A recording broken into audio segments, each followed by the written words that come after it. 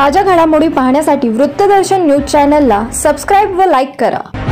भाजपाचे नेते धैर्यशील मोहिते पाटील यांनी आपल्या पक्ष सदस्यत्वाचा राजीनामा दिलाय। त्यांच्या राजीनाम्यानंतर राजकीय वर्तुळात विविध चर्चा रंगू लागल्या।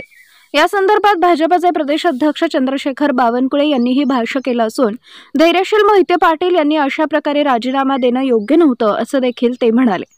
सोलापुरात माध्यमांच्या प्रतिनिधींशी बोलताना त्यांनी या संदर्भात प्रतिक्रिया दिली। धैर्यशील मोहिते पाटील यांनी भाजपाच्या प्राथमिक सदस्यत्वाचा राजीनामा दिला असून आम्ही त्यांचा राजीनामा स्वीकारला आहे। आम्ही त्यांचा मान सन्मान ठेवण्याचा कायम प्रयत्न केला, त्यात आम्ही कुठेही कमी पडलो नाही। मात्र पंतप्रधान मोदींच्या निवडणुकीत त्यांनी अशा प्रकारे राजीनामा देणं योग्य नव्हतं, कारण जनता मोदींच्या पाठीशी आहे, अशी प्रतिक्रिया चंद्रशेखर बावनकुळेंनी दिली। खरं तर आपण काल माड्यामध्ये देखील होतात। माडा लोकसभा मतदारसंघामध्ये काल धैर्यशील मोहिते पाटलांनी पवारांची भेट घेतली आणि उमेदवारी जवळपास निश्चित आहे। याचा फटका आपल्याला बसेल का? आणि त्यांनी राजीनामा देखील आपल्याकडे सुपूर्द केलेला आहे धैर्यशील मोहिते पाटलांनी। त्यांचा राजीनामा मला आज मिळाला आहे। त्यांचा राजीनामा मी स्वीकारलेला आहे आणि आता आम्हाला आमची निवडणूक आम्ही लढणार आहोत, त्यामुळं त्यांनी त्यांचा निर्णय घ्यायचा आहे। कोल्हापुरामध्ये बीजेपीचे लोक कमी पडले का? मोहिते पाटील एवढं सगळं देऊनही तुम्हाला सोडून गेलं। शेवटी त्यांचा निर्णय त्यांनी केला आहे। आमच्याकडनं आम्ही कुठेही कमी पडलो नाही। आमच्याकडनं त्यांची प्रतिष्ठा मान सन्मान नेहमीच उंच ठेवण्याचा आणि त्यांच्या पाठीशी राहण्याचा, त्यांची प्रतिष्ठा जी आहे ती प्रतिष्ठा जपण्याचा प्रयत्न आम्ही केला। पण त्यांना शेवटी